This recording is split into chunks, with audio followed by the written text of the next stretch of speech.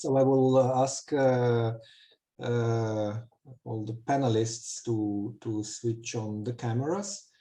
So while panelists are switching on the cameras, maybe just a few of the background. So as you can observe, ISO TC211 recognizes really the great potential in the health sector, benefiting from using standardized location data. So far as we've seen, particularly in determining when interventions are needed, where the increased accessibility of services is needed, model the spread of diseases, find most effective delivery models, and so on. Moreover, several countries worldwide now report also using the ISO TC211 addressing standard 19160 to monitor and block the contagion chain of the COVID-19 disease. So these are some, let's say, input before the start. We are starting the panel with our panelists today. So we have two chairs of the technical committees, Agneta Engberg, TC211, and Michael Glickman, TC215. And then we have two of our speakers, Chris Boddy and Jennifer George, both from Australia, and Serena Coetzee from member body of South Africa. Maybe starting this panel, let's say the beginning with the title of this session, this seminar today, which is actually doing standardization together. Maybe to start with chair of TC211, maybe to share with us a bit of thoughts what these doing standardization together represents to ISO TC211. Thank you so much. I hope you can hear me. Yes. Okay, thank you. My name is Agneta Engberg, the chair of TC211. And first of all, thank you all for these very interesting presentations we've heard so far. I also would like to say that I'm very pleased to have my colleague, the chair of TC215 here today, joining us, and you will hear from Michael just after me. So what can you say that's smart in 2 minutes and suitable for this occasion? Actually, I would like to maybe zoom out a little bit and looking at the theme is geospatial and other domains, but in particular health here. So before I say what I think needs to be done or what we should do, I would like to say that regardless the accelerating needs that we see both in location data, but also in various domains like health, for instance. So regardless that we see the speed of the need here, the urgency, I think it's very important to see and recognize the challenges. And I see clearly there's a dual challenge here, I think, both in geospatial and both in standardization. And I would like to share with you just a few examples what I mean. Looking at the geospatial, I think the interdisciplinary nature is both its strength but also its challenge. I am right now involved in a study for the Swedish government looking at skill supply for the geospatial sector, because at least in Sweden, there's a decreasing amount of geospatial students. And I saw something in the chat about resources. So one preliminary result is that one problem is the embedded in the interdisciplinary nature of geospatial. And young people, they don't know what do I become when I grow up if I study geospatial. And even though they have all the apps and things, you know, already when they have diapers, basically. So it is one of the problems, but there's obviously other things, funding and other things. But the bottom line here, that the interdisciplinary nature, I think it starts in the schools already, making students wanting to become a geospatial scientist or whatever. So looking at just shortly then, looking at the other challenge, I think that we have common with very many domains, it's standardization. And maybe you did or maybe you didn't read in the newspaper this week about the work from King's College London on the database of the world's biolabs. I think it was a report for the WHO. Anyway, basically reading through because there was a nice interactive map. And at the end of the article in the Swedish newspaper, it said, well, there is a standard, ISO 35001, published 2019, biorisk management for laboratories. Not one of the world's 60 high-risk labs uses it. So obviously, there's a joint issue here that we join with very many other standardization communities. So the bottom line I would like to have here is, however the urgency and the needs, to reach out, we need to involve and guide those who have the benefit. And I think this has been sort of a red line already. Chris started by saying active relations, active liaisons, and someone else said we cannot do everything. So get involved with those who are benefiting from it from all levels. That this could be in any level. We cannot do standard in isolation. So that's my bottom line. Very generic. Thank you. I'll give the word back to you, Simon. Thank you very much, Agneta. So maybe continue with the same question to Michael Glickman from ISO TC 215. Michael, are you with us? I am. Can you hear me? Perfect. Yes, of course. Very good. Very good. Please, Michael. Thank you, and good day to everybody. Here. Yeah. And I want to thank you for inviting me. It's an absolute pleasure to be here representing ISO TC 215. And in the title, you talk about together. Well, we are all about together in TC 215. Our technical committee is about health informatics. And to describe that in simple terms, the way I like to think of informatics, it's about computability and interoperability. We hear that word a lot. So the notion that the data that's collected in one place can be used in another place is all about interoperability and computability. And we go a step further with interoperability because, and we refer to it as semantic interoperability. So just the fact that a mail, that an envelope arrives in the mail, if I open it up and it's not in a language that I understand, that's not very good interoperability or computability. So, that's very important to us. And we find in this notion of working together, and I'll give a couple of examples in a moment, there's, as my father used to say, there's not enough time in life to make all the mistakes yourself. But, we want to be a chapter in other books, other, horizontal domains, if you will, rather than write our own book, because healthcare has some special needs. There's no doubt about it, but it's not completely unique. So we have special needs in the area of privacy and reliability and security and efficacy. Safety is another area, especially patient safety. Persistence, data, and provenance, that I know where the data came from.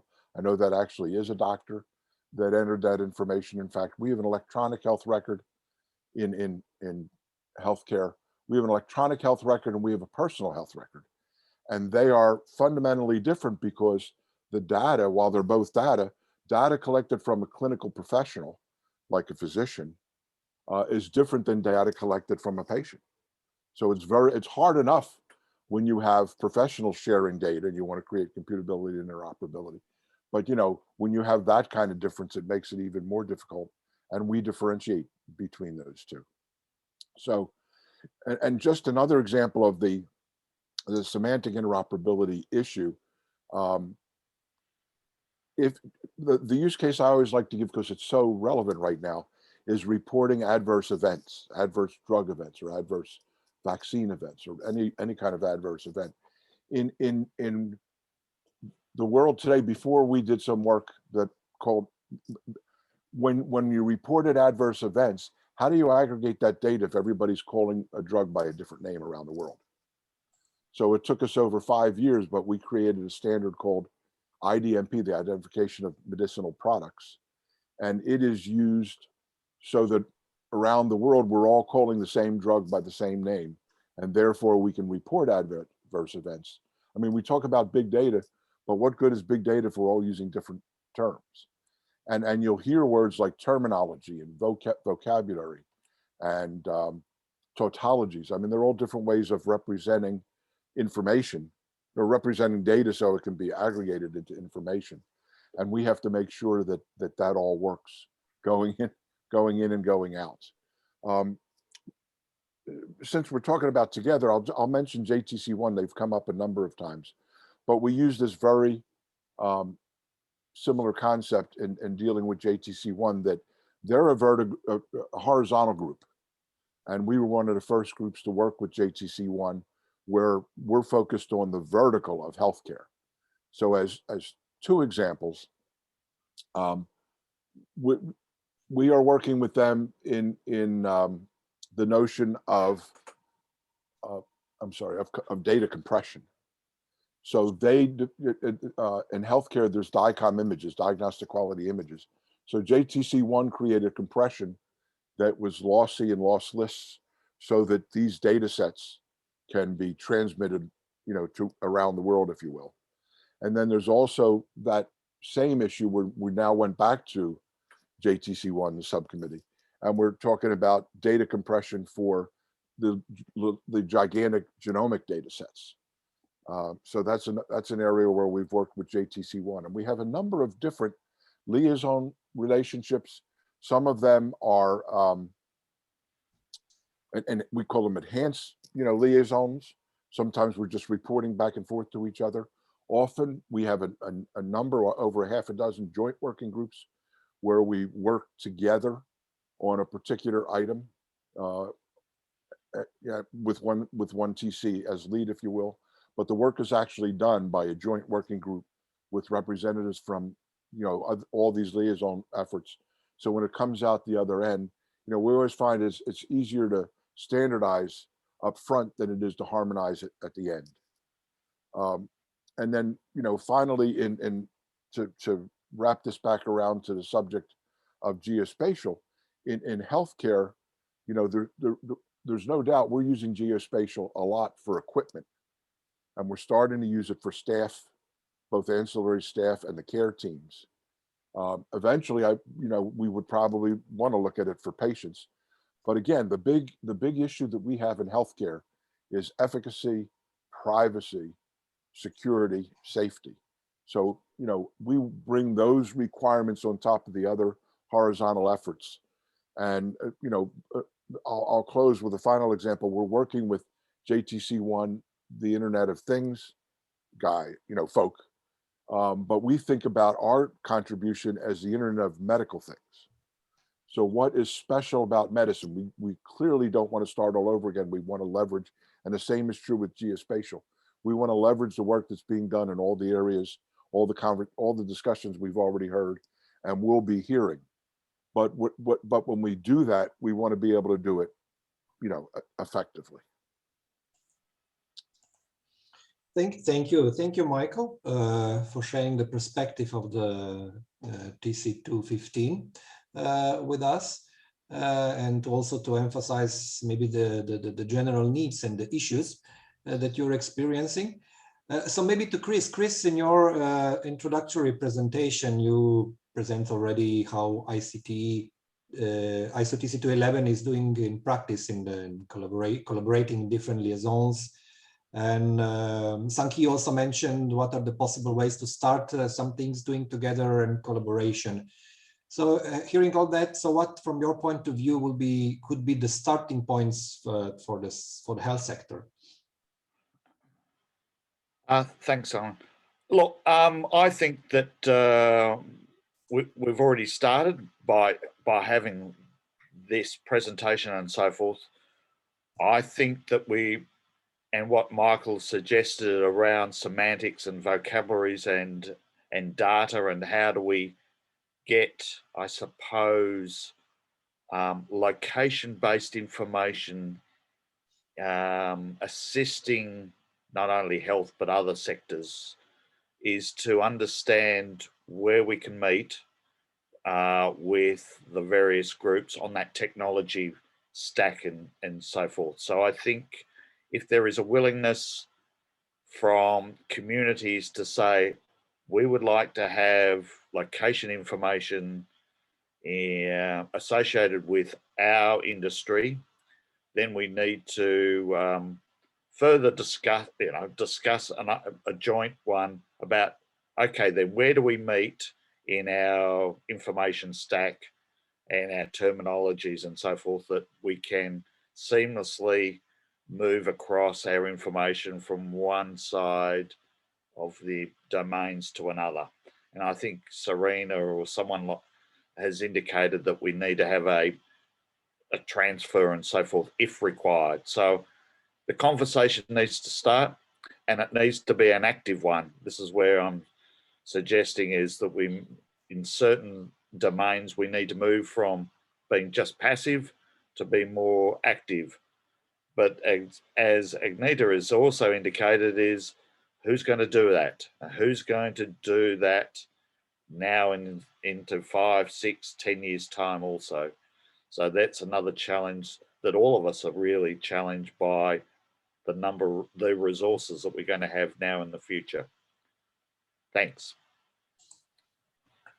Thank you, Chris. To make the cooperation active, maybe it's time to turn to Jennifer to ask her further question, maybe. So in your presentation, you mentioned that there is a need to collaborate, that location standardization should have an important part in the future health activities.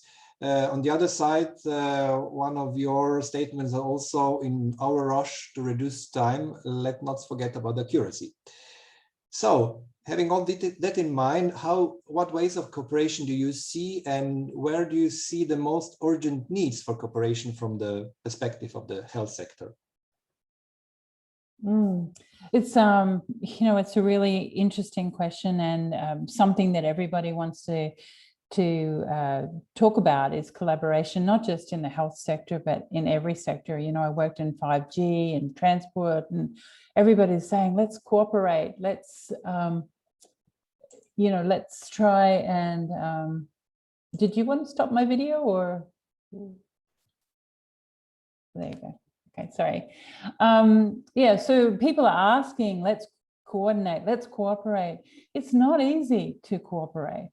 And that's what, I'm hearing all these different, people have different versions of what is the actual truth, what's important, what is the standard, how do we interpret that? It requires a really concerted effort to start to think outside the box and put things in the other person's point of view.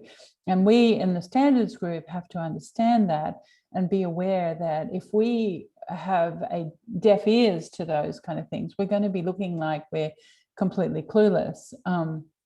So it's important that we understand that all of the different technologies help us to understand specific models. For example, Robert, you mentioned from about the virtual models that were being made, the in silico models were being made, and that perhaps that was a way of creating a digital twin or a rendering, or has places that where we can see technologies put in with big data, and we can see it with geospatial data. Yes, absolutely, that is a place where it will happen, but we won't be driving it. Our problem is going to be, we will be left behind waiting for the bus if we don't kind of go ahead and embrace the different technologies. Today, I saw a 3D model of the inside of my head, right, in real time, which the surgeon could pull apart and be able to identify what is the surgery is going to be inside my head. We need to be so much more proactive about understanding how these 3D models, the digital twin or bio twin for a person, all of those things are fitting into the data of our everyday lives and making new diagnostics and new understandings of personal individual health, and creating. So we've standardized it on one side, but on the other side, we've individualized it. So there's going to be this constant push-pull of the two different kinds of approaches together. So embracing and seeing and understanding change, but also having that mindset of, well, standards is about first of all, it's about caution and understanding, but it also is about scalability. If I have a standard, I can then, from a commercialization point of view, I can say, as long as you build it like this, it's going to be suitable for lots of people and we can make a commercial business out of it. So understanding how people use the standards and how their constant use is going to be changing. And so the only thing that will be constant is that they will be looking to use them, but everything that they'll be using them on is changing. So we've always got to start to say, well, how can these standards be adaptable? How can they change with different people's experiences and in different geographies?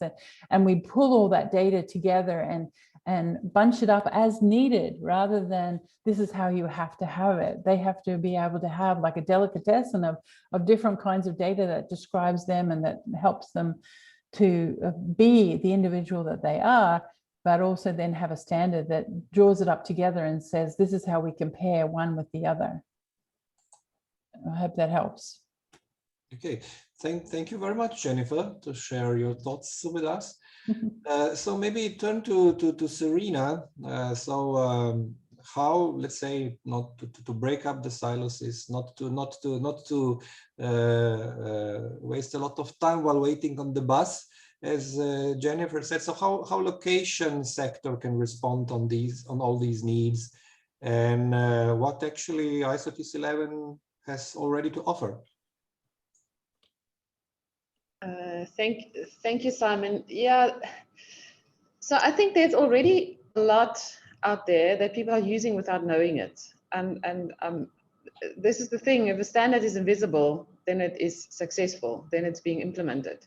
I mean, if you just start by ISO 6709 about the latitude and longitude that everybody is using, I mean, then there's the feature model, you know, points, lines, polygons, that if you put spatial data into PostGIS or Oracle Spatial or any of these, then you are using that standard. So I think we shouldn't forget maybe that fundamental geospatial info or that integrated model is already there and it's already in use. And if we don't see it, it may already be there. And if I go through the list of things, especially now with the pandemic and the things that one can do in terms of, you know, preparedness or response and so on, there are many standards in ISO TC 211 that are relevant. I mean, if you look at predicting how the disease will spread, so you have to analyze places that people frequent. And there's, for example, the ISO standard on transfer nodes for public transportation. So knowing where those transfer nodes are, knowing what their shape are, what the layout is, how they connect to other transportation modes, that already can help you to share data, and then that can be used if you have that data to analyze it. If you look at how you want to prevent the spreading of the disease, you need to know where people are, and the whole that initiative of integrating geospatial with statistics is relevant there, because then you have the demographic data and you have the population data. If you look at mitigating the spread of the disease and contact tracing, then that's where the ISO addressing standard comes in. If people, so on the one hand, they have to enter their address in the correct format, but on the second hand, also, once they've entered it, you have to cross-check that that address actually exists.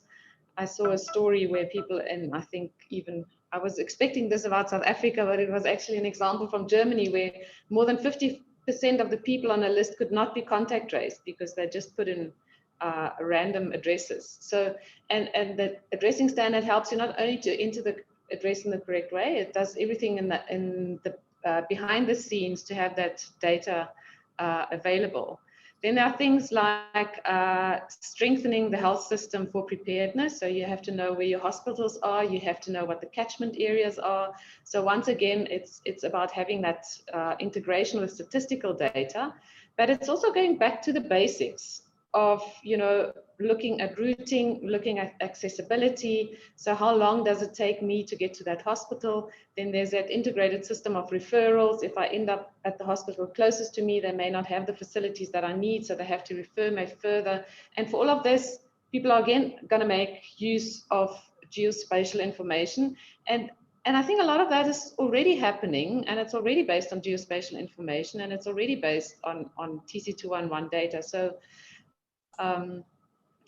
Agneta said that about geospatial being the integrator and the interdisciplinary thing.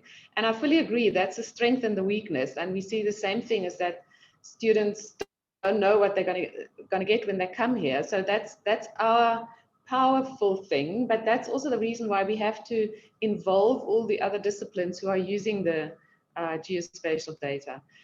And then lastly, if you want to monitor and communicate how the disease is spreading, then you've got all these dashboards, you've got those online maps, that information gets shared. There are things like the web feature service, the web map service. There's now the open API that will make these things possible.